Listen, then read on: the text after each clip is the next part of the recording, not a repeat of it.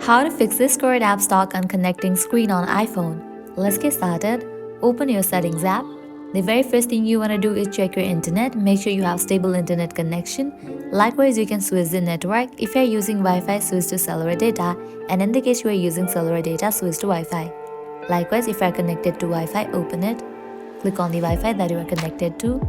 Scroll all the way down. Click on Configure DNS. Check in for the option of Manual. Clear all the existing DNS, click on Add Server, and then type in 1.1.1.1 and click on Save. Heading towards Next Solution, head back to the main page of settings, scroll all the way down, click on General, head towards the option of iPhone storage. Now from here, find the app Discord. After you find it, open it. Now click on Offload app.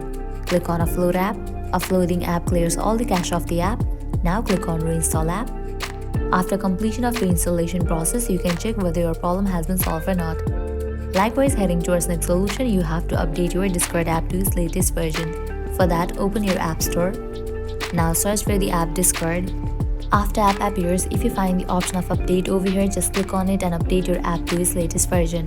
Likewise, heading towards Next Solution, open your Settings app. Scroll down, head towards the option of General, scroll all the way down, click on Shutdown.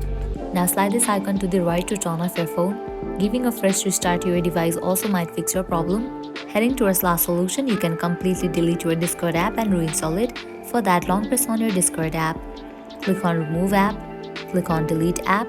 Once you delete the app, open your App Store. Search for the app Discord and install it. Applying these solutions, your problem will be fixed. So this is how you can fix Discord app stock on connecting screen on iPhone. If this video was helpful, don't forget to like, share and subscribe. Thank you.